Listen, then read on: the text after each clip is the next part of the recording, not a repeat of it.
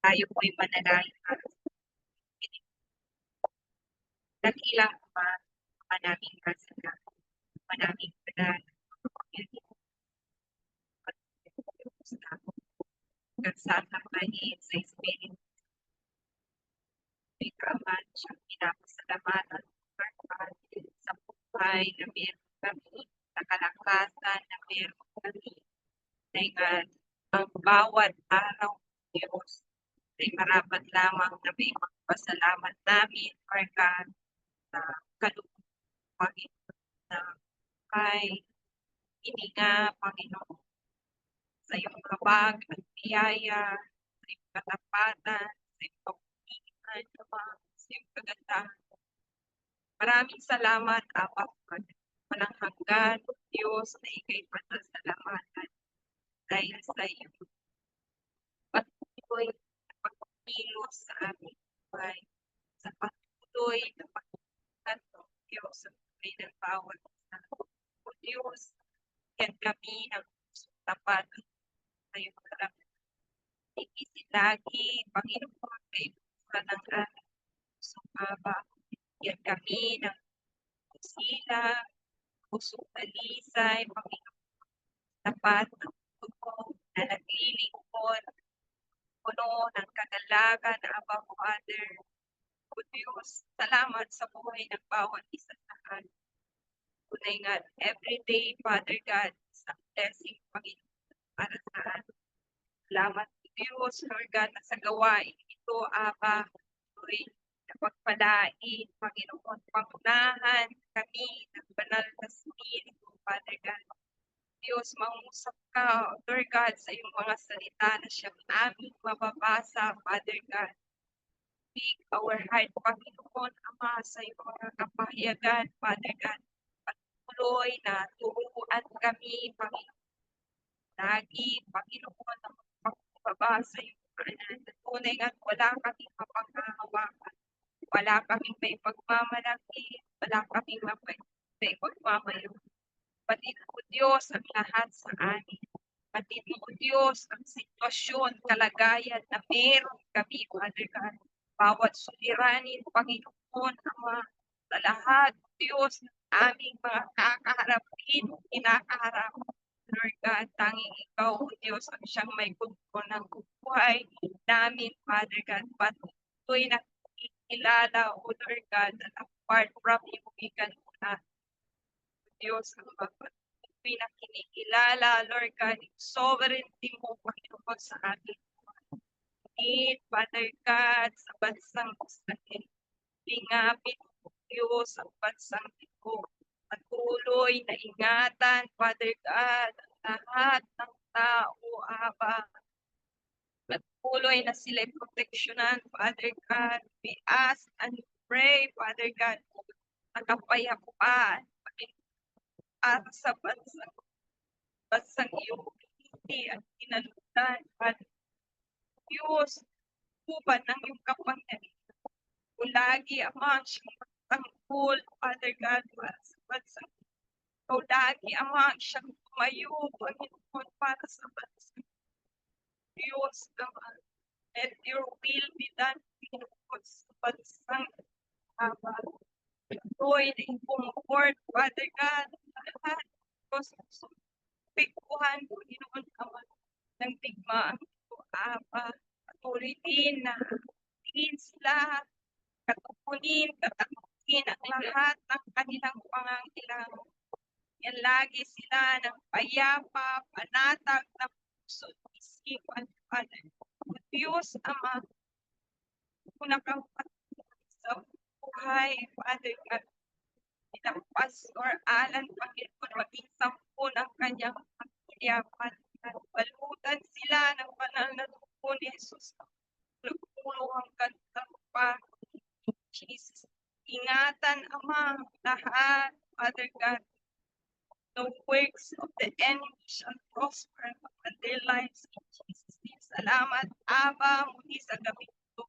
Palain ang mga salita na siyang aming babasahin at kalpuban mo lagi ang siyang masunod sa aming mga buhay. Maraming salamat, Ama, patuloy na tinatabi pipili ng gawain. Katagumpayan nito ay aming hinahanap. So we pray in Jesus' name. Amen.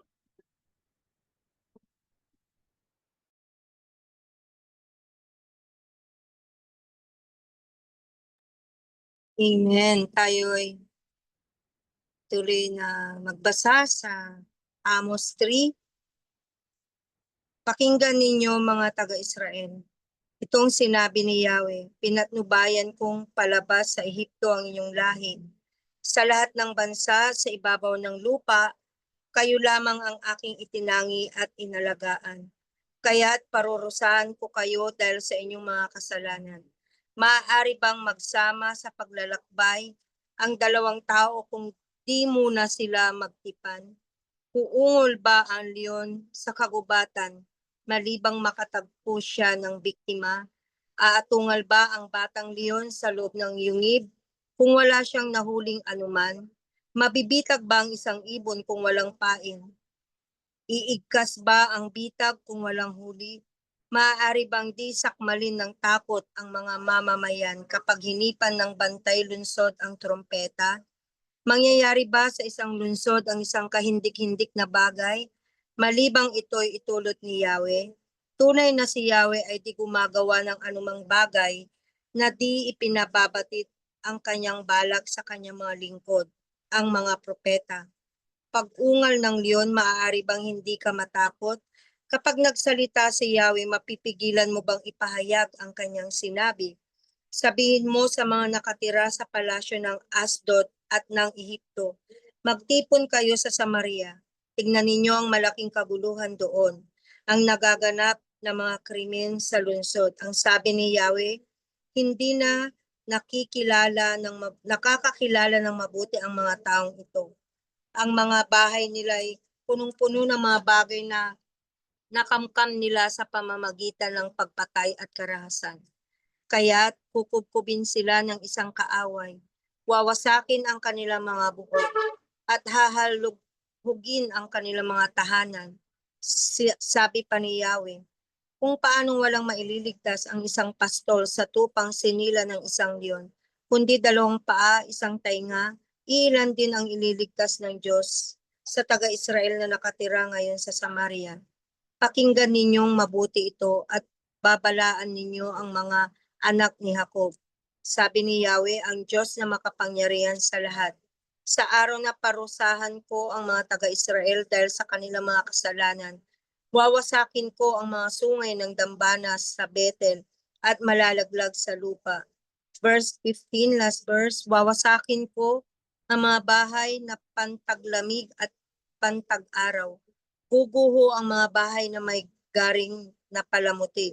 Gayon din ang bawat bahay na malaki. Amen. Purihin ng Diyos sa pagkabasa ng kanyang salita. Amen. Takala po Panginoon sa pagbabasa ng kanyang salita. Tayo pumipit. Tayo po yung manalangin. Ama namin Diyos, malala sa lahat. Papasalamat kami sa inyo sa lahat po na inyo pong ginagawa. Patuloy na kayo po yung pumilos at tumabay po sa amin. Tawarin niyo po kami sa aming pong mga ginagawa. At nagpapasalamat kami sa inyo sa lahat ng kaya niyo pong gawin sa aming mga buhay. Salamat po dahil totoo po at tunay po na kayo po rin ibig. At salamat din po dahil tunay po kayo rin na nagdidisiplina po sa bawat isa po sa amin. Kaya Panginoon, patuloy kami humingi ng tulong sa inyo na maaaring kami at tulad din po yung mga talagang Kristiyano na nangangailangan po nito. Na naman po yung mga healing sa inyo ng kasalanan na dapat po namin alisin. Baguhin, Panginoon, kayo po yung magsabi. At ganoon din po nananalaan po kami na huwag din namin hayaan malapit sa aming buhay. Lalo yung mga mahal namin. Ay ganito po yung kanila pong maranas. Dahil totoo po na kayo po ay nagpaparusa at nagdidisiplina. Ngunit totoo rin po na kayo nagmamahal. Maraming pong salamat. Patuloy, Panginoon, na kayo po mag-ingat sa bawat isa po sa amin. Gumabay po, manguna po. Alam po namin na hindi lang po sa spiritual niyo po kami iniingatan, kundi ganoon din po sa physical. Kaya naman po ang mga nangyayari, kagaya po ng dati, kami po iyo po ililigtas. Kagaya po ng dati, kami po ay iyo pong pangungunahan. Kagaya po ng dati, ikaw pa rin po yung aming tagapagligtas. Kaya sambahin ka, dakilain ka po, Panginoon. Ikaw po pang mahayag at kumilos sa aming mga buhay. Sa pangalan mo po, Kristo Jesus. Amen.